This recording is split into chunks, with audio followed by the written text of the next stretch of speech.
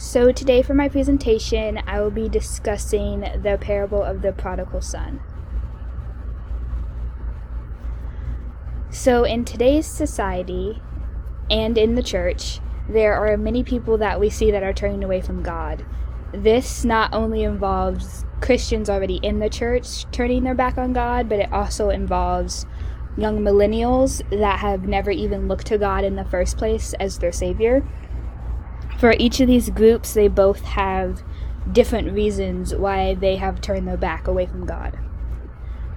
So for Christians, there are multiple reasons that they're turning away from God, including disappointment in God, distractions, doubt, discouragement. They're drifting away from Him, desires of the flesh, struggles in life, and disappointment in the church.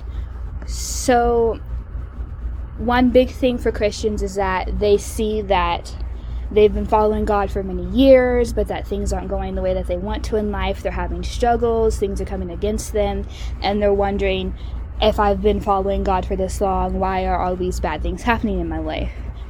And there's also that they get busy in their lives, that there are distractions, and that they end up drifting away from God.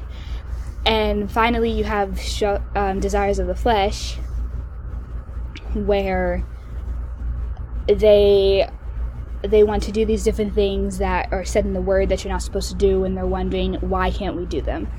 And then for millennials, the reasons that they are turning away from God include conflict with the beliefs of the church, pressure of the world, and they believe Christians are judgmental, and there's a rise of atheism. So a big problem in millennials today is that they believe the church is very judgmental because their beliefs are very different from the church. So millennials are more accepting of different things that the church are against, like sex before marriage or homosexual relationships. Millennials don't really care about them, while the church is like, this is not right. So the fundamental beliefs that they have are different. There's also the pressure of the world, so they're conceding to what the beliefs of the world are because of what they see around them. And there's a rise of atheism, since they don't necessarily believe in what the church believes. A lot of millennials are turning to atheism. So the parable that relates to the problems I'm discussing is the prodigal son parable, which is found in Luke 15:11 through 32. And it states that Jesus said there was a man who had 2 sons. The younger one said to the father, "Father, give me my share of the estate." So he divided his property between them. Not long after that, the younger son got together all he had, set off for a distant country, and then squandered his wealth in wild living. After he had spent everything, there was a severe famine in the whole country, and he began to be in need. So he went and hired himself out to a citizen of that country, who sent him to his fields to feed pigs. He longed to fill his stomach with the pods that the pigs were eating, but no one gave him anything. When he came to his senses, he said, "How many of my father's hired servants have food to spare, and here I am starving to death? I will set out and go back to my father and say to him, 'Father, I have sinned against heaven and against you. I am no longer worthy to be called your son. Make me like one of your hired servants.' So he got up and went to his father. But while he was still a long way off, his father saw him and was filled with compassion for him. So he ran to his son, threw his arms around him, and kissed him. The son said to him, 'Father, I have sinned against heaven and against you. I am no longer worthy to be called your son.' But the father said to his servants, 'Quick, bring the best robe and put it on him.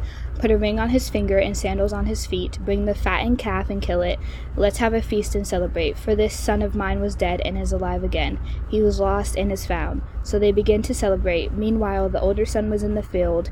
When he came near the house, he heard music and dancing. So he called one of the servants and asked him what was going on. 'Your brother has come,' he replied, 'and your father has killed the fattened calf because he has him back safe and sound.' The older brother became angry and refused to go in. So his father went out and pleaded with him. But he answered his father, 'Look, all these years I have been slaving for you and never disobeyed your orders. Yet you never even gave me a young goat so I could celebrate with my friends. But when the son of yours who has squandered your property with prostitutes comes home, you kill the fattened calf for him. My son, The father said, "You're always with me, and everything I have is yours." But we had to celebrate and be glad because the brother of yours was dead and is alive again. He was lost and is found. So the parable context and meaning is this parable discusses a son who has left his father's home to live the life that he wanted to. After leaving his father's home, he lives his life recklessly. He turns away from all the teachings of his father, and he wastes all of the money that his father has given him. When he finally decides to go back home, his father welcomes him back with open arms, disregarding the fact that his son turned his back on him. He was just happy that his son has came home. This parable shows the love of his father for his children. So the lesson of this parable shows that there's an unconditional love that a father has for his child, no matter how much they have turned away from him. This parable can be related to God and his creation because God shows his children unconditional love. No matter how far we as Christians stray from his guidance, he never leaves or forsakes us. Therefore, this teaches us that if we ever turn away from Christianity, God will always be waiting there with open arms for his children to come back to him. This parable can be applied to today's problems that we see in church and society, where we see many Christians and millennials turning their back away from God. The prodigal son parable shows us that when we are ready to go back to God, he's waiting there with open arms to accept all that come to him with no judgment of what they have done in their past. So even in the gospel, there are things that support this claim. In 1 John 1:19, it states that if we confess our sins, he is faithful and he forgives us our sins and to cleanse us from all unrighteousness. This scripture shows that even though you may think that you have committed a sin that is unforgivable, God is always willing to forgive you and welcome you back. In Luke 15:4, Jesus describes a scenario that if a shepherd loses one sheep, he will leave the 99 to save the one. This is a symbol of God's love for his children, that even when we turn our back on him, he will try our hardest to have us come back to him. In conclusion, overall, a big problem in today's society in church is the amount of people that have turned their back on God. The prodigal son parable relates to this problem because it shows a son that has left his father, and his father welcomed him back with open arms. This relates to God and his creation because whenever we leave him, he is always there, still waiting for us with open, loving arms to come back to him.